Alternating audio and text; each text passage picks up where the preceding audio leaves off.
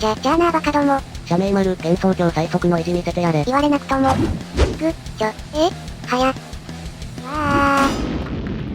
捕まえました。ここ、落下した時の効果音は、実は複数の音を重ねて作っています。ここですね。重ねずに流します。複数の音を重ねると単一の音では表現できない複雑な音色や質感が生まれ、よりリアリティある音を作ることができます。音量バランスを考えて音を重ねるのが大事です。みんなもやってみてね。